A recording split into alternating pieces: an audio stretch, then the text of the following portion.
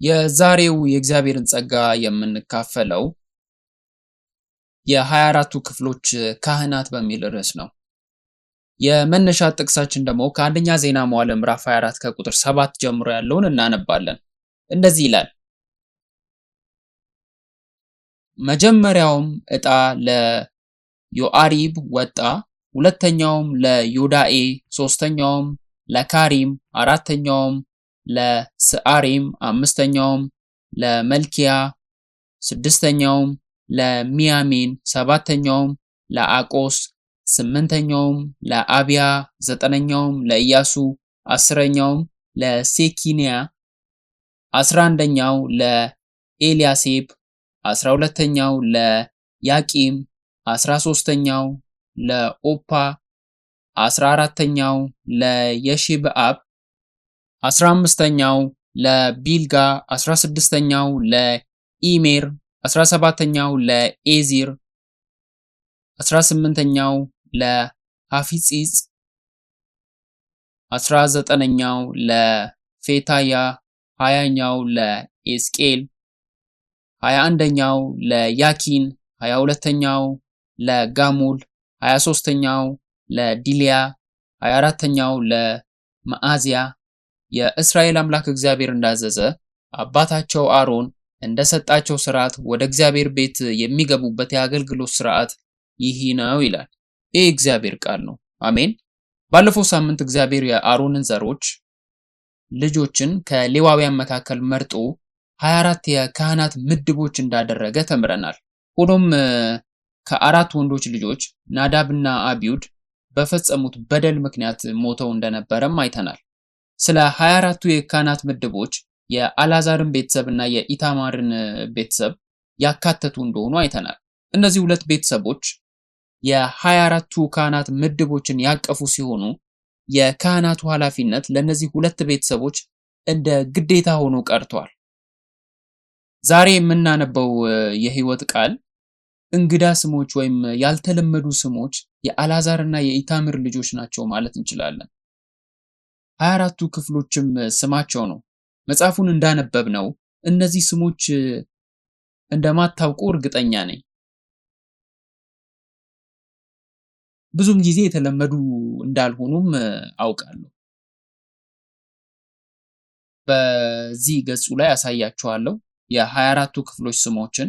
እነሱ የ24ቱን የአልዓዛር እና የኢታምር ልጆች ስሞች ናቸው። እንደምታውቁት የአልዓዛር ቤተሰብ ብዙ ልጆች ስለነበራቸው 16 ክፍሎችን ወሰዱ። ኢታምር 4 ክፍሎችን ወሰደ። ይቅርታ 8 ክፍሎችን ወሰደ።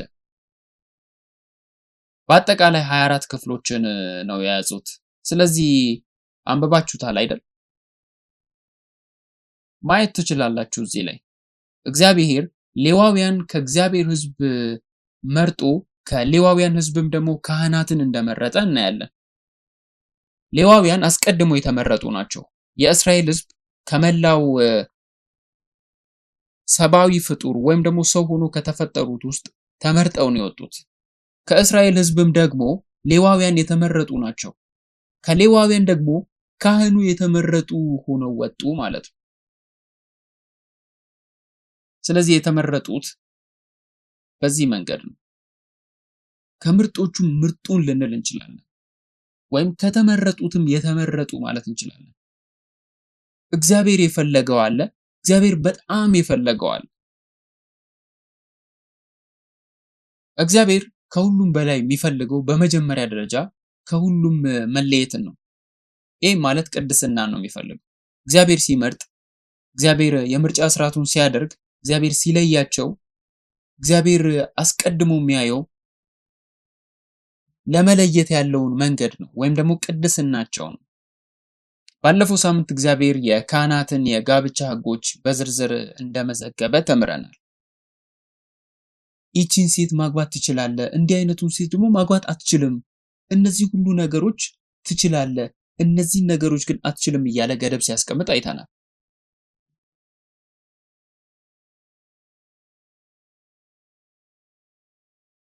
ሌሎች እስራኤላውያን ሊያደርጉት የሚችሉት ብዙ የጋብቻ ምሳሌዎች ነበሩ። ነገር ግን ካህናት ማድረግ አይችሉም። ባለፈው ሳምንት እንደተናገርኩት የካህናት ግዴታ በዘራቸው በኩል ስለሚተላለፍ የዘር ሐረጉን ንጹህ ማድረግ አለባቸው።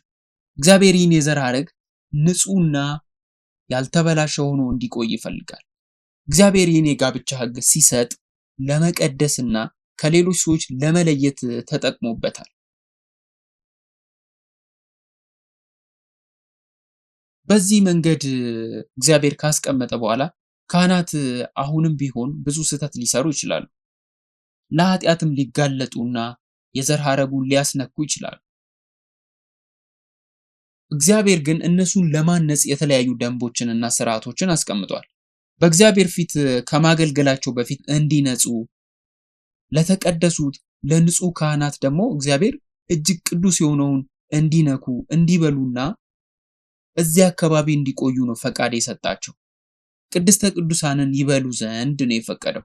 ለእግዚአብሔር የተሰዋውን ምግብ እጅግ ቅዱስ የሆነውን ማለትም ካህኑ እጅግ ቅዱስ ነኝ ብሎም እንዲያስብ የተቀደሰውን ነው የሚበላው። ወደ እግዚአብሔር ሲቀርብም ንጹህ ነኝ ብሎ ማመን አለበት። ከዚያ በኋላ ነው የእግዚአብሔርን ቃል ማወጅ የሚችለው። ተረዳችሁኝ? ቅዱስ ብቻ ነው የሚቻለው እዛ ቦታ ላይ። የሚበላው ምግብ ቅዱስ ነው፣ የሚነካው ነገር ጭምር ቅዱስ ነው። ቅዱስ የሚለውን ቃል ምን ብለነዋል? ለእግዚአብሔር የተለየ ብለነዋል አይደል? ስለዚህ ካህናቱ እንዲበሉ የሚፈቀደው ቅዱስ የተባለው ነው። ቅዱስ የተባለው ምግብ እንዲበሉ ነው የተፈቀደላቸው። እግዚአብሔር ካህኔ እጅግ ቅዱስ ነው እያለ እያወጀ ነው። እነሱ የቅድስተ ቅዱሳን አገልጋዮች ናቸው። በፊት እንደተናገርኩት ከሕዝቡ የተመረጡ ነበሩ፣ ከአይሁድም የተመረጡ ነበሩ፣ ከሌዋውያንም የተመረጡ ነበሩ፣ የተለዩም ነበሩ።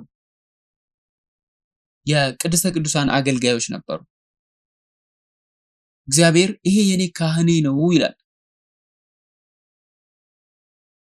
እግዚአብሔርን የሚያገለግል ካህን ነኝ ብለው ራሳቸውን ደግሞ ካህናት ይጠራሉ።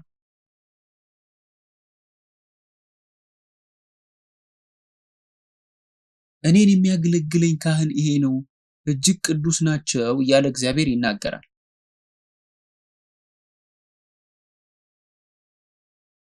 እዚህ ጋር አንድ ጥያቄ ማንሳት የምፈልገው እነዚህ ካህናት ታዲያ ቅድስናቸውን ወይም ደግሞ ንጽህናቸውን ለዘላለም ጠብቀዋል? እግዚአብሔር መርጧቸዋል፣ እናውቃለን። እግዚአብሔር ከሌላው ለይቶ እንዳስቀመጣቸውም እናያለን። እግዚአብሔር በጥንቃቄ እነዚህ ሰዎች መርጧል።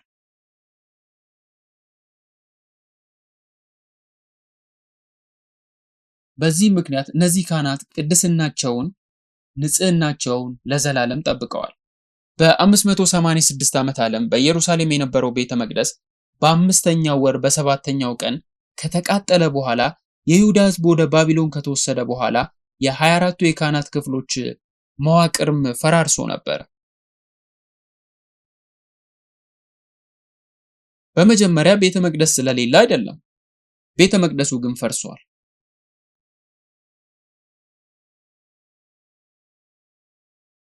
በዚህ ምክንያት ቤተ መቅደሱ ውስጥ ሌላ 24 ክፍሎች አያስፈልጉም። ይሄ ብቻ ሳይሆን ቤተ መቅደስ ስለሌለ አገልግሎቱም የለም ማለት ነው። ካህኑ ግን እንደ ካህን ያላቸውን ኃላፊነት ማጣታቸውንም እናያለን እዚህ ጋር። ለምሳሌ እንደ ካህን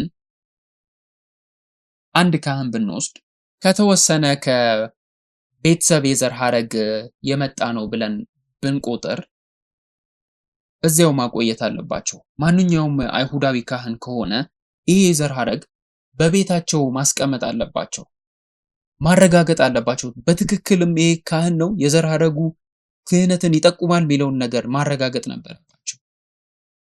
እኔ የአልዓዛር ልጅ ነኝ፣ እኔ የኢታምር ልጅ ነኝ፣ ወይም ከኢታምር የ14ኛው ትውልድ ነኝ፣ አባቴ ይህ ነው፣ አያቴ ይህ ነው፣ ቅድመ አያቴ እንትና ነው እያለ መሄድ አለበት እና ወደ አሮን መድረስ አለበት። እኔ የአሮን የዘር ሐረግ ውስጥ ነው ያለሁት። እርስ በርስ የተቆራኙ መሆናቸውን ማረጋገጥ አለባቸው። የካህን ዝርያ ያላቸው ከሆነ በዚህ መንገድ ይረጋገጣል። ሆኖም በባቢሎን ምርኮ ወቅት አንዳንድ ካህናት ይህን የዘር ሐረግ በደንብ አላስቀመጡትም ነበር። ምናልባት በዚህ ምክንያት ማድረግ አልቻሉም ይሄን የማጣራት ስራው።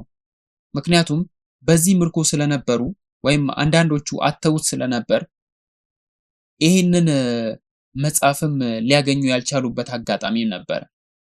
ወደ ባቢሎን ለመጀመሪያ ጊዜ ከሄዱበት ከተመለሱ በኋላ ከባቢሎን ለመጀመሪያ ጊዜ ከተመለሱ በኋላ እነዚህ 24 ክፍሎች ወደ ነበሩበት የመመለስ እንቅስቃሴም ነበር። ክህነቱም ወደ ነበረበት የመመለስ እንቅስቃሴም ነበር። ከዚያም አንዳንድ ካህናት እዚያው እንደሆኑም ተናግረዋል። ይሁን እንጂ የዘር ሐረጉን የሚያረጋግጥ የዘር ሐረግ ስላልነበራቸው ከኃላፊነት ከትክክለኛነት የተገለለ ነበር። ምክንያቱም እነሱ ካህን መሆናቸውን የሚያረጋግጥ ምንም አይነት ነገር የለም። እኔ እንደምለው ስለ አንድ ሰው ግዴታ አይደለም እየጠየቅኩ ያለሁት። ነገር ግን ለካህን የዘር ሐረጉ መላው ቤተሰቡ መታወቅ አለበት። ምክንያቱም የዘር ሐረጉ ቤተሰቡ ንጹህ መሆን አለበት፣ የተቀደሰ መሆን መቻል አለበት። ያንንም የሚያረጋግጥ የዘር ሐረግ ከሌለው ህዝቡ አይቀበለውም። መሪዎቹም ይህን የዘር ሐረግ የሌላቸውን አይቀበሉም፣ የእግዚአብሔር ትእዛዝ ስለሆነ። እዚህ ላይ እንደሚለው አንዳንድ ካህናት ከባቢሎን በመጀመሪያው መመለስ ላይ ወደ ኢየሩሳሌም ተመልሰው መጥተው ነበር አይደል? መጽሐፍ ቅዱስ 4289 ካህናት አሉ ይላል። በጣም ብዙ ነው አይደል? 4289 ካህናት ከባቢሎን ተመልሰዋል። ሆኖም ነህምያ ምዕራፍ 7 ከቁጥር 39 እስከ 42 ላይ ነህምያ ምዕራፍ 7 ከቁጥር 39 እስከ 42 ያለውን ብናነብ ካህናቱ ከኢያሱ ወገን የዮዳሄ ልጆች 973 እንደሆኑ ይናገራል። የኢሜር ልጆች 1052፣ የፋስኮር ልጆች 1247 እንደሆኑ ይናገራል። የካሪም ልጆች 1017 እንደሆኑ ይናገራል። በአጠቃላይ 4289 ካህናት ነበሩ። ከአራት ክፍሎች ነበር የተወጣጡት። አራቱንም ክፍሎች የጠቀስኩትን ስሞችን አይታችኋል አይደል?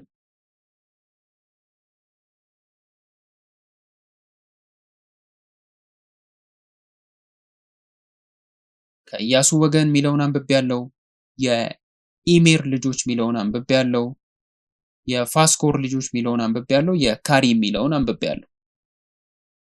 እነዚህ ከባቢሎን ምርኮ ለመጀመሪያ ጊዜ በመመለስ ወደ ኢየሩሳሌም ከተመለሱ አራት ክፍሎች ውስጥ የሚመደቡ ናቸው።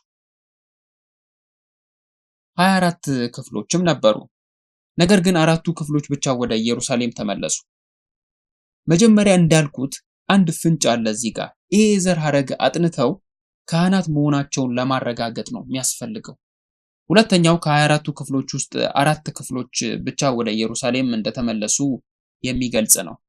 ይህም የሚያሳየው ካህናቱ እነሱ ይህን እምነት ማጣት እንደጀመሩ ነው። ግዴታቸውን የመጠበቅ የማስጠበቅና የማስቀጠል ልብ ማጣታቸውን የሚገልጽ ነው። እዚህ ላይ ላሳያችሁ ይችላል። እነዚህ 24 ክፍሎች ናቸው። በመጀመሪያ ጄድ አለ። ቁጥር 2 ላይ ጄድ ማየት ትችላላችሁ። ጄድ ይመለሳል። ሁለተኛው ደግሞ የኤመር ልጆች ናቸው። ኤመር ቁጥር 16ኛው ላይ ይገኛል። 16ኛው ክፍል ላይ ኤመር ይገኛል። የኢሜር ልጆችን የሚያመለክት ነው። ከሶስተኛው የፓሴር ልጆች አሉ። እነዚህ ንጹህ ልጆች ናቸው። ከዚያም የካሪም ልጆች አሉ። ቁጥር 3 የካሪም ልጆች ናቸው። ስለዚህ የካሪም ልጆች ይመለሳሉ። ከ24ቱ ክፍሎች 20ው ከዚያም አራቱ ክፍሎች ብቻ ናቸው ያሉት። በመጀመሪያው መመለስ ወቅት የተመለሱ ናቸው። ከዚህ በኋላ የሆነው ከአራት ክፍሎች የተውጣጡ ሰዎች መካከል ትክክለኛው የእስራኤል መሪዎችን ማወቅ፣ እነዚህ 24 ክፍሎች እንደገና ለመመለስ መሞከር ነበር። ምክንያቱም ሌሎቹ 20 ክፍሎች የሉም አይደል? ስለዚህ ከነዚህ አራት ክፍሎች ውስጥ ሰዎቹ 4289 ነበሩ። 24 ክፍሎች እንደገና ለማቋቋም እንደገና ለማዋቀርም እየተሞከረ ነው። ሆኖም እነዚህ ስሞች እዚህ የሚያሳይበት ምክንያት አለ። ህዝቡ የእነዚህ ክፍሎች አባልም ቢሆን ከባቢሎን ምርኮ ከተመለሰ በኋላ ተቀይሯል። 20ዎቹ ክፍሎች ሁሉም አልነበሩም። 4 ክፍሎች ብቻ ነበሩ። ሆኖም ስማቸው እንደ ሌዊ ነገድ የሩበን ነገድ ነው።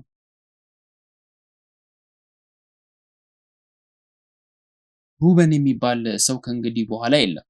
ሆኖም ግን ስማቸውን ሩበን ብለው ጠብቀውታል። የሩበን ነገድ።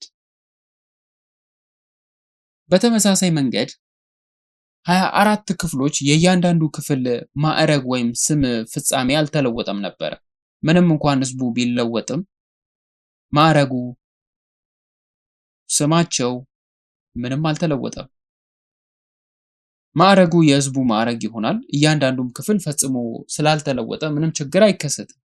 ይህን እንዴት ልንረዳው እንችላለን? ሉቃስ ወንጌል ምዕራፍ 1 ከቁጥር 5 ላይ ሉቃስ ወንጌል ምዕራፍ 1 ከቁጥር 5 ላይ በይሁዳ ንጉስ በሄሮድስ ዘመን ከአብያ ክፍል የሆነው ዘካርያስ የሚባል አንድ ካህን ነበረ። ሚስቱም ከአሮን ልጆች ነበረች፣ ስሟም ኤልሳቤጥ ነበረ። ልክ ነው። ከባቢሎን ምርኮ የተመለሱት ኢመር፣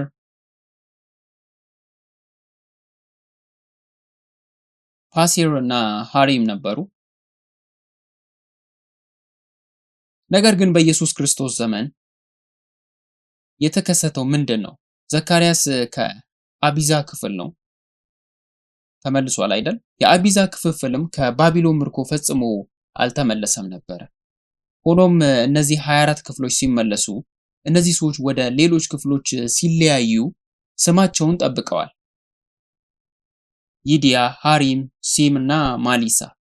እናም እነዚህ ሁሉ ስሞች ተጠብቀዋል። ይህም ልክ የሆነ ትክክለኛው ስያሜ ነበረ። በዚህም ምክንያት አልተለወጠም። የ24ቱ ክፍሎች ስም ከንጉስ ዳዊት ጀምሮ እስከ መጨረሻው ድረስ ፈጽሞ አልተለወጠም። ስለዚህ ልብ ሊባል የሚገባው አንድ ነገር አለ። የክፍፍሎቹ ስምም ፈጽሞ አይለወጥም። ምንም እንኳን ህዝቡ ይለወጣል ቢልም የሚለወጥ ነገር የለም። ሌላውን ነገር እንዳልኩት ካህናት እንኳን ልባቸውን አጥተው ነበር። እምነታቸውን አጥተዋል። የዘር ሐረጋቸውን ረስተውታል። እናም እድል በነበረበት ጊዜ ወደ ኢየሩሳሌም እንኳን አልተመለሱ። እግዚአብሔር የተመረጡትን ሰዎች መልሶ ማቋቋም ራእዩን በነቢዩ ሕዝቅኤል በኩል እያሳየ ነበር። የሕዝቅኤል ቤተ መቅደስ ራእይ በስተቀኝ እንደነበረ እናውቃለን። እናም የተወሰነ ክፍል ለአዲሱ ቤተ መቅደስ ለአዲሱ ለሚገነባው ቤተ መቅደስ መጠበቅ ስለነበረበት ክህነትንም ማስቀጠል ስለነበረባቸው ያንን እያደረጉ ነበር። እግዚአብሔር በትክክል በዚህ አዲስ ቤተ መቅደስ ውስጥ የሳዶቅን ልጆች ብቻ እንዲያገለግሉ እያዘዘ ነበር። ሕዝቅኤል ምዕራፍ 44 ከቁጥር 15 ሕዝቅኤል ምዕራፍ 44 ከቁጥር 15 እንዲህ ይላል፣ ነገር ግን የእስራኤል ልጆች ከኔ ዘንድ በሳቱ ጊዜ የመቅደሴን ሥርዓት የጠበቁ የሳዶቅ ልጆች ሌዋውያን ካህናት ያገለግሉኝ ዘንድ ወደ እኔ ይቀርባሉ፣ ስቡንና ደሙንም ወደ እኔ ያቀርቡ ዘንድ በፊቴ ይቆማሉ ይላል እግዚአብሔር። ስለዚህ እግዚአብሔር በአዲሱ ቤተ መቅደስ የሕዝቅኤል ቤተ መቅደስ ሲቋቋም በሕዝቅኤል ቤተ መቅደስ ውስጥ ያሉትን የሚታደሱ ነገሮችን ካህን ያለኝ አንድ ሕግ ቢኖር በካህኑ መካከል በ24ቱ ክፍሎች መካከል የሳዶቅ ልጆች ብቻ እንዲያገለግሉኝ ይፈቅዳለሁ ይላል። የሳዶቅ ልጆች ብቻ እንዲያገለግሉኝ ብሎ እግዚአብሔር ፈቅዷል። እግዚአብሔርም ለምን እንደሆነ ግልጽ ምክንያቶችን ሰጥቷል። እግዚአብሔር የሳዶቅ ቤተሰብ የሳዶቅ ልጆች በቤተ መቅደሱ እንዲያገለግሉ የፈቀደባቸው 3 ምክንያቶች ነበሩ። እርግጥ ነው የሕዝቅኤል ቤተ መቅደስ ፈጽሞ አልተገነባም ነበረ። እግዚአብሔር የሳዶቅ ልጆች የሚያገለግሉት በቤተ መቅደስ ውስጥ ብቻ መሆኑን እያሳወቀ ቢናገርም ያ ስርዓት ግን በተግባር አልተከናወነም። የኢዮባብ ቤተ መቅደስ ከተመሰረተ በኋላ ይህ ስርዓት አላከበሩም ነበር። የሳዶቅ ቤተሰብ በቤተ መቅደስ ውስጥ እንዲያገለግሉ ብቻ አልተፈቀደም። ወደ ኢየሩሳሌም ከተመለሱ በኋላ አብረው እንዲያገለግሉ ተፈቅዶላቸው ነበር። ነገር ግን እግዚአብሔር በአዲሱ ቤተ መቅደስ ውስጥ የሕዝቅኤል ቤተ መቅደስ የአዲሲቷን ኢየሩሳሌም ንድፍ የሚያሳይ እንደመሆኑ በዚህ መልኩ ያ ቤተ መቅደስ ሲጠናቀቅ የእግዚአብሔር መንግስት ሲፈጸም የሳዶቅ ልጆች ብቻ በቤተ መቅደስ ውስጥ እንዲያገለግሉ ፈቅዶላቸው ነበር። ወንድሞቼና እህቶቼ የእግዚአብሔር ንጉሳዊ ካህናት ተብለን እንድንጠራ እግዚአብሔር እድሉን ሰጥቶናል። የእግዚአብሔር ካህናት እንድንሆንም ተጠርተናል። ነገር ግን በካህናት መካከል እግዚአብሔር የሳዶቅ ልጆች ብቻ በአዲሲቱ ኢየሩሳሌም በሕዝቅኤል ቤተ መቅደስ እንዲያገለግሉ የተፈቀደላቸው ነው። የእግዚአብሔር ካህናት ነን። ነገር ግን አንድ ተጨማሪ እርምጃ መውሰድ አለብን። እናም በአዲሲቱ ኢየሩሳሌም ለማገልገል በሕዝቅኤል ቤተ መቅደስ ውስጥ ለማገልገል የሳዶቅ ልጆች መሆን እንዳለባቸው ሁሉ እግዚአብሔር የተናገረውን ይህንንም ማዳመጥ አለብን። እግዚአብሔር የሳዶቅ ልጆችን ብቻ እንዲያገለግሉ የፈቀደበት ምክንያት ይሄ ነው። በሌሎች ካህናት ወደ ቤተ መቅደሱ የገቡት በልቡ በስጋ ያልተገረዙት የመጀመሪያዎቹ አሕዛብ ወደ ቤተ መቅደሱ ያስገቡ ነበሩ። ሕዝቅኤል ምዕራፍ 44 ከቁጥር 7 ሕዝቅኤል ምዕራፍ 44 ከቁጥር 7 እንዲህ ይላል፣ እንጀራዬን ስብንና ደምን በምታቀርቡበት ጊዜ በመቅደሴ ውስጥ ይሆኑ ዘንድ ቤቴንም ያረክሱ ዘንድ በልባቸውና በስጋቸው ያልተገረዙትን እንግዶች ሰዎች አግብታችኋልና እነሱ በርኩሰታችሁ ሁሉ ላይ ይጨመሩ ዘንድ ቃል ኪዳኔን አፍርሰዋልና ርኩሰታችሁ ሁሉ ይብቃችሁ አለ። ይህ የተደረገው በተለማመዱ ካህናት ነው። እዚያ የነበሩ ካህናት ናቸው ማለት እንችላለን። የሳዶቅ ልጆች ይህን የተቃወሙ ነበሩ። በዚህ ምክንያት ነው እግዚአብሔር የሳዶቅ ልጆችን የመረጠው። ለዚህ ነው እግዚአብሔር የሳዶቅ ልጆች መርጫቸዋለሁ፣ በዚህ ምክንያት ያገልግሉኝ እያለ ያለው። ሁለተኛው ምክንያት ሌዋውያን የቅዱሳኑን አገልግሎት ባለማከናወናቸው ሌላ ሰው በቦታቸው እንዲተካ ስላደረጉ ነው። ሕዝቅኤል ምዕራፍ 44 ከቁጥር 8 ላይ ሕዝቅኤል ምዕራፍ 44 ከቁጥር 8 ላይ በመቅደሴ ውስጥ ለራሳችሁ ስርዓቴን ጠባቂዎች አደረጋችሁ እንጂ የተቀደሰውን ነገሬን ስርዓት አልጠበቃችሁም ይላል። ልክ ነው። መደበኛው ካህናት የሚያደርጉት ይህንን ነው። እግዚአብሔር የሳዶቅ ልጆችን ብቻ የመረጠው በዚህ ምክንያት ነው። ሕዝቡ ጣዖትን እንዲያመልኩ ከማድረጋቸው በላይ በጣዖት አምልኮ ጭምር ራሳቸው ወድቀው ነበረ ሌሎች ካህናት። ሕዝቅኤል ምዕራፍ 44 ከቁጥር 10 እና 12 ጋር እንምጣ። ሕዝቅኤል ምዕራፍ 44 ከቁጥር 10 እስከ 12 ያለው ጥቅሱን ብቻ አነባለሁ። ቁጥር 10 እንዲህ ይላል፣ ከኔ ዘንድ የራቁ እስራኤልም በሳቱ ጊዜ ጣዖታቸውን ተከትለው ከኔ ዘንድ የሳቱ ሌዋውያን ኃጢአታቸውን ይሸከማሉ ይላል። እነዚህ ካህናት ሰዎች ጣዖትን እንዲያመልኩ እየመሩ ነበር። ነገር ግን በዚህ ጣዖት አምልኮ ውስጥ ራሳቸውም ወድቀዋል። እግዚአብሔር እነዚህን ካህናት ራሱ ወደ ቤተ መቅደስ ለማምለክ እንዲመጡ ራሱ አልፈቀደላቸውም። የሳዶቅ ልጆች ብቻ ናቸው እንጂ ይህንን ፈቃድ ያገኙት። ከሳዶቅ ካህናት በስተቀር ሌሎች ካህናት ሁሉም በቁም ነገር ወድቀዋል። ቅድስናን፣ እግዚአብሔርን መምሰል፣ ንጽህናን ጥለዋል። ባለፈው ሳምንት ተምረናል።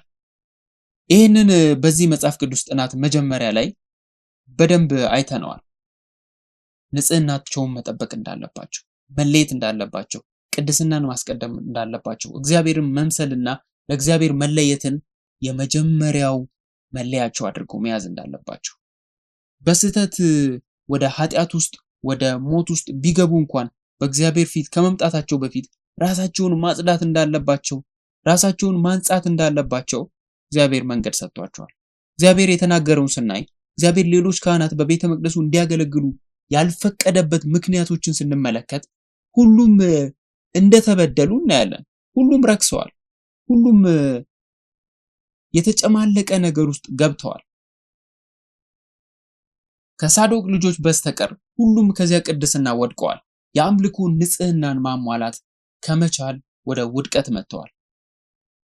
ከዚያም ቅዱስ የሆነው የተለየውን የጠራ ካህን እንዴት እንደረከሰና እንዴት እንደወደቀ ያሳየናል። ካህናት ከሕዝቡ የተመረጡ ሌሎችም ሰዎች ከነበሩበት የተመረጡ እንደሆኑ ከሰው ልጆችም ከአይሁዶችም የተመረጡ ከሌዋውያን ጭምር የተመረጡ እንደሆኑ አይተናል። ከምርጦችም ምርጥ እንዴት ይወድቃሉ? እንዴት ይበላሻሉ? ምክንያቱም ማዕረጉ ወይም ስርዓቱ ቅዱስ ስላላደረጋቸው ነው። ማዕረጉ ካህን መሆን ነው። ማዕረጉ ፓስተር ነው። ማዕረጉ ሽማግሌ ነው። ማዕረጉ ዲያቆን ነው። ቅዱስ አያደርግም። ታዲያ ቅዱስ የሚያደርጋቸው ምንድን ነው? ጥረታቸው ነው? ምንድነው ቅዱስ የሚያደርጋቸው? የሆነ ጠብ አላቸው። የሽማግሌዎችን ህይወት ብትመለከቱ፣ የፓስተሮችን ህይወት ብትመለከቱ፣ እንደ ሽማግሌ ህይወት ያለውን ብትመለከቱ፣ እንደ ዲያቆናት ያለውን ብትመለከቱ፣ እንደ ጽድቅ የሚቆጠር ነገር በማድረግ ለመኖር የሚሞክሩትን ብትመለከቱ በዚህ ጥረት ውስጥ የሚሆን ይመስላችኋል?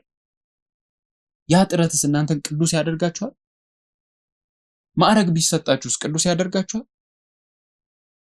በመጀመሪያ ደረጃ ሹመት ጥሩ ነገር ነው። ሹመት ከእግዚአብሔር የዘላለም ሹመትን የሚያመለክት ሲሆን ሹመትን የመቃወም ፍላጎት የለኝም። ሆኖም ሹመት ቅዱስ አያደርግም፣ አያነጻችሁም።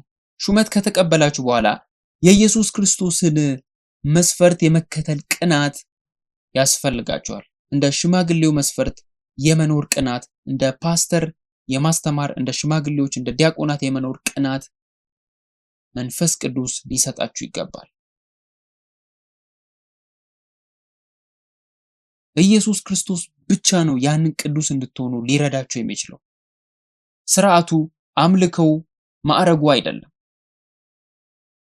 በሴሚናሪያችን ላይ አያለው እንዲህ ያለ አባባል አለ። እንደ ፓስተር ከተሾምኩ እንዴት እንደምሰብክ አስባለሁ። በደንብ መስበክ እችላለሁ። ሹመት ከተቀበልኩ በደንብ ካስተማርኩ እንላለን ብዙ ጊዜ። ግን ያ በጭራሽ አይከሰትም።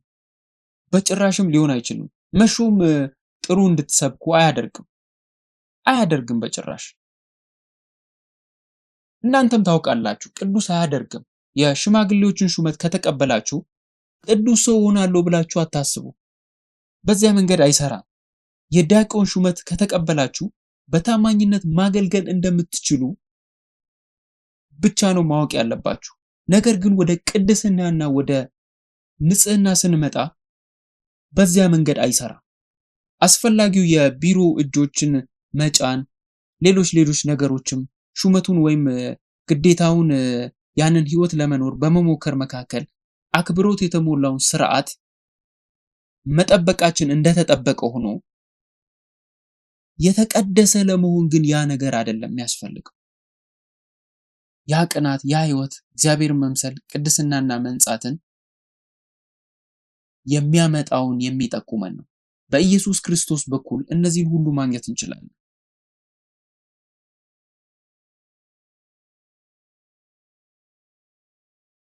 እዚህ ላይ ላዩ ሲታይ ፓስተሮች፣ ሽማግሌዎች፣ ዲያቆናትና ምዕመናን ነን። ነገር ግን በአንደኛ ጴጥሮስ ምዕራፍ 2 ከቁጥር 9 ላይ አንደኛ ጴጥሮስ ምዕራፍ 2 ከቁጥር 9 መሰረት እናንተ ግን ከጨለማ ወደሚደነቅ ብርሃን የጠራችሁን የሱም በጎነት እንድትናገሩ የተመረጠ ትውልድ፣ የንጉሥ ካህን፣ ቅዱስ ሕዝብ፣ ለርስቱ የተለየ ወገን ናችሁ፣ ሁላችሁንም የንጉሳዊ ካህናት ናችሁ ይላል። የእግዚአብሔር ካህን ለመሆን በቅናት መጣር እንዳለብን አምናል። እግዚአብሔር አስቀድሞ ሾሞናል። እግዚአብሔር አስቀድሞ እንደ እግዚአብሔር ካህን አድርጎ ሁላችንንም ሾሟል። በዚያ ካህን መካከል እንኳን እግዚአብሔር እነዚህን ተራ ካህናት የሳዶቅ ልጆችን ይለያቸዋል። የሳዶቅ ልጆች ለመሆን መጣር አለብን። ሕይወታችን እግዚአብሔርን በመምሰል በቅድስና መኖር እንዳለብን ማመን አለብን። ወደ እግዚአብሔር ለመቅረብ ራሳችንን ወደ እግዚአብሔር ለማስጠጋት በጸሎትና በአምልኮ ሕይወታችን ወደ እግዚአብሔር የሚቀርብ መሆን አለበት። ታዲያ የሳዶቅ ልጆችን እንዴት መሆን እንችላለን? የሳዶቅ ልጆች እንዴት ነው እንደዚያ የሆኑት? ሕዝቅኤል ምዕራፍ 44 ከቁጥር 15 ላይ እንደዚህ ይላል። ሕዝቅኤል ምዕራፍ 44 ከቁጥር 15 እንዲህ ይላል፣ ነገር ግን የእስራኤል ልጆች ከኔ ዘንድ በሳቱ ጊዜ የመቅደሴን ሥርዓት የጠበቁ የሳዶቅ ልጆች ሌዋውያን ካህናት ያገለግሉኝ ዘንድ ወደ እኔ ይቀርባሉ፣ ስቡንም ደሙንም ወደ እኔ ያቅርቡ ዘንድ በፊቴ ይቆማሉ ይላል እግዚአብሔር ይላል። ስለዚህ ነገር እያሰላሰልኩ ነበር። በጣም አስደሳች የሆነ ነገር አገኘሁ። ታውቃላችሁ ይሄ ካህን ወይም ኮሄን ማለት ካህን ማለት ነው በዕብራይስጥ ቋንቋ። መጽሐፍ ቅዱስ ውስጥ የተቀመጠበት የመጀመሪያው ቦታ ላይ ዘፍጥረት ምዕራፍ 14 ከቁጥር 18 ነው። ዘፍጥረት ምዕራፍ 14 ከቁጥር 18 እንዲህ ይላል፣ የሳሌም ንጉሥ መልከጼዴቅ እንጀራንና የወይን ጠጅን አወጣ፣ እሱም የልዑል እግዚአብሔር ካህን ነበረ ይላል። በመጽሐፍ ቅዱስ ውስጥ የታየው የመጀመሪያው ካህን ስሙ መልከጼዴቅ ነው። መልከጼዴቅ የመጀመሪያው የመልከጼዴቅ ቃል ንጉሥ ነው። ሁለተኛው የመልከጼዴቅ ቃል ምንድነው ብለን ነው የምናስበው? ልክ እንደ ሳዶቅ ቃል ተመሳሳይ ነው አይደል? የሳዶቅ ልጆች በመጨረሻው ቀን በቤተ መቅደሱ ማገልገል የሚችሉ ሆነዋል። የታየውም የመጀመሪያው ካህን ስሙ መልከጼዴቅ ነው።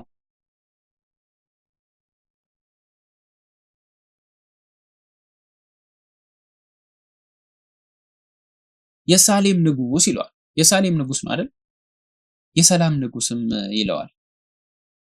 መልከጼዴቅ የጽድቅ ንጉስ ተብሎ የተተረጎመ ነው። ምክንያቱም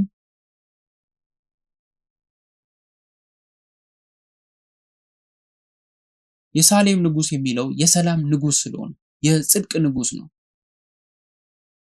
ዘፍጥረት ምዕራፍ 14 ከቁጥር 18 መልከጼዴቅ የሳሌም ንጉስ ነው ስለሚል ሳሌም ማለት ሰላም ማለት ነው።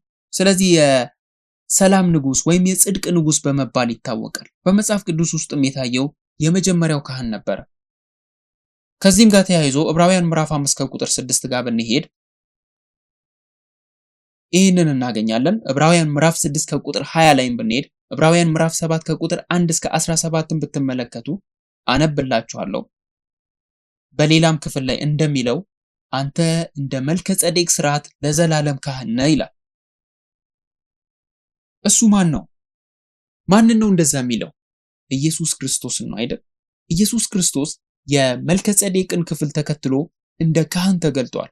ዕብራውያን ምዕራፍ 6 ከቁጥር 20 ኢየሱስ እንደ መልከጼዴቅ ሹመት ለዘላለም ሊቀ ካህን ሆኖ ለኛ ቀዳሚ ሆኖ እንደገባ ይናገራል።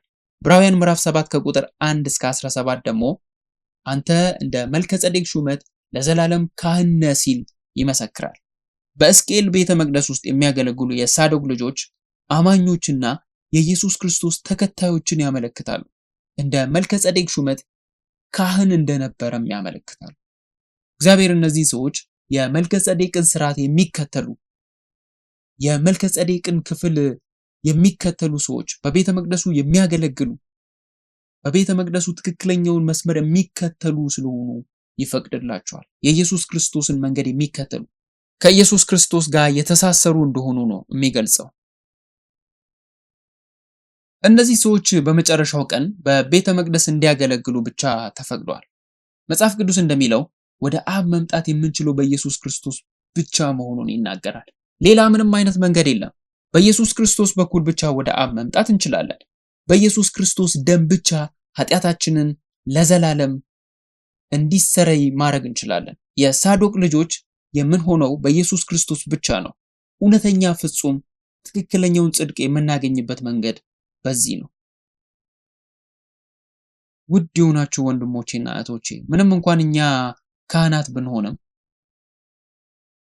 አሁንም ስህተት ልንሰራ እንችላለን። የተሳሳተ ውሳኔዎችን አንዳንድ ጊዜ ወስነን ሊሆን ይችላል። አንዳንድ ጊዜ እኛም እንደዚህ አይነት ነገር ውስጥ እንገባለን። በእኛ ላይ ኃጢአት የለብንም ማለት አንችልም። በዚህም ምክንያት ሰብአዊ ባህሪያችን አንዱ ክፍል እንደሆነም እናስባለን። ነገር ግን የኢየሱስ ከሆንን ከኢየሱስ ክርስቶስ ጋር ከተጣበቅን የመልከጼዴቅን መለያየትና ስርዓት በእርግጥ እየተከተልን ነው። በኢየሱስ ክርስቶስ ደም፣ በኢየሱስ ክርስቶስ ጸጋ፣ በኢየሱስ ክርስቶስ ፍቅር እግዚአብሔር እንደሚያስችለን እርግጠኞች እንሆናለን። እግዚአብሔር እንደ ሳዶቅ ልጆች እንደሚመርጠን የጽድቅ ሕዝብ ብሎ የመልከጼዴቅን ስርዓት የሚከተሉ ሰዎች ብሎ እንደሚመርጠን እርግጠኛ መሆን አለብን። እዚህ ላሉና ዛሬ ማታ በኦንላይን ለሚቀላቀሉ ሁሉ እንዲህ ያለ በረከት እንዲሰጠን እጸልያለሁ። አሜን። ስለዚህ ከዚህ ሁሉ በላይ ከባቢሎን ምርኮ ከተመለሱ በኋላ እንደነገርኳችሁ ከአራቱ ክፍሎች ካህናት ሊቀ ካህናት ኢያሱ ከባቢሎን ምርኮ ከተመለሱ በኋላ የመጀመሪያው ሊቀ ካህን ነበር። 24ቱ መሪዎችን መርጦ 24ቱን ክፍሎች እንደገነባ እናስታውሳለን። መጽሐፍ ቅዱስ 22 መሪዎች ብቻ መስግቧል። 24 ክፍሎችን ለመፍጠር እየሞከረ ነበረ። ነገር ግን ምናልባት በሰዎች እጥረት ምክንያት በሰዎች ባለመኖራቸው ምክንያት ሊሆን ይችላል። ስለዚህ 22 መሪዎችና 22 ክፍሎች ብቻ ማደራጀት ተችሏል። ከዚያም በኋላ ሊቀ ካህናት ኢዮአኪም እንደ ሁኔታው እንደገና ተደራጅቶ በዚህ ጊዜ 20 ክፍሎችን አደረገ። ልክ 20 ክፍሎች ሲሆኑ ከዚያም ሊቀ ካህናት ኤላሽ እንደገና አዋቅሮ 21 ክፍሎችን አደረገ።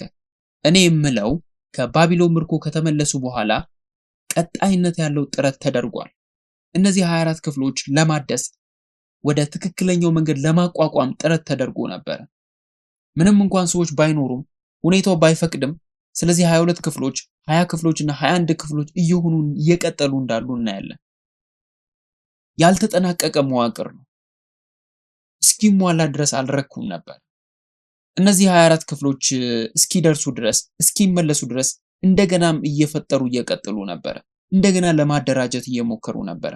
በማደራጀት በማስተካከል መሞከራቸውን ቀጠሉ። ነህምያ ምዕራፍ 9 ከቁጥር 38 ብንመለከት ነህምያ ምዕራፍ 9 ከቁጥር 38 እንደዚህ ይላል።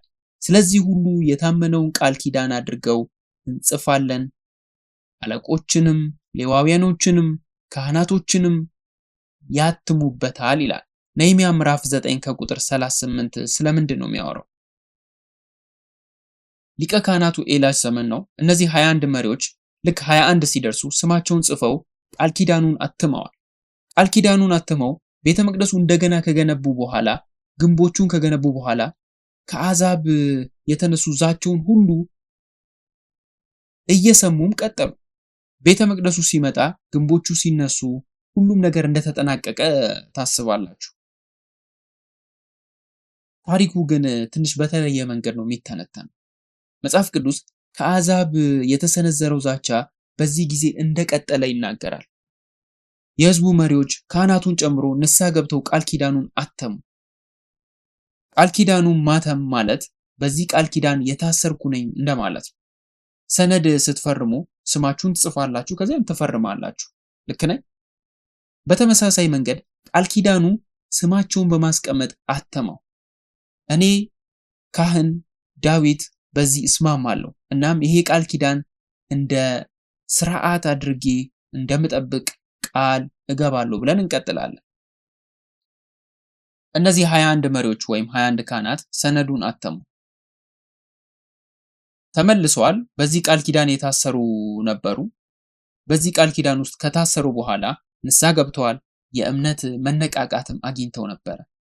የእምነት መነቃቃት አስፈላጊ ነገር ነው። መሪዎች ንስሐ ገብተዋል፣ ካህናቶችም ንስሐ ገብተዋል፣ ሌሎች መሪዎችም ገብተዋል። ካህናቶችና ሌሎች መሪዎች ንስሐ ገብተዋል ማለት ወደ እግዚአብሔር ቃል ተመልሰዋል ማለት ነው። ወደ ቃል ኪዳኑ ተመልሰዋል።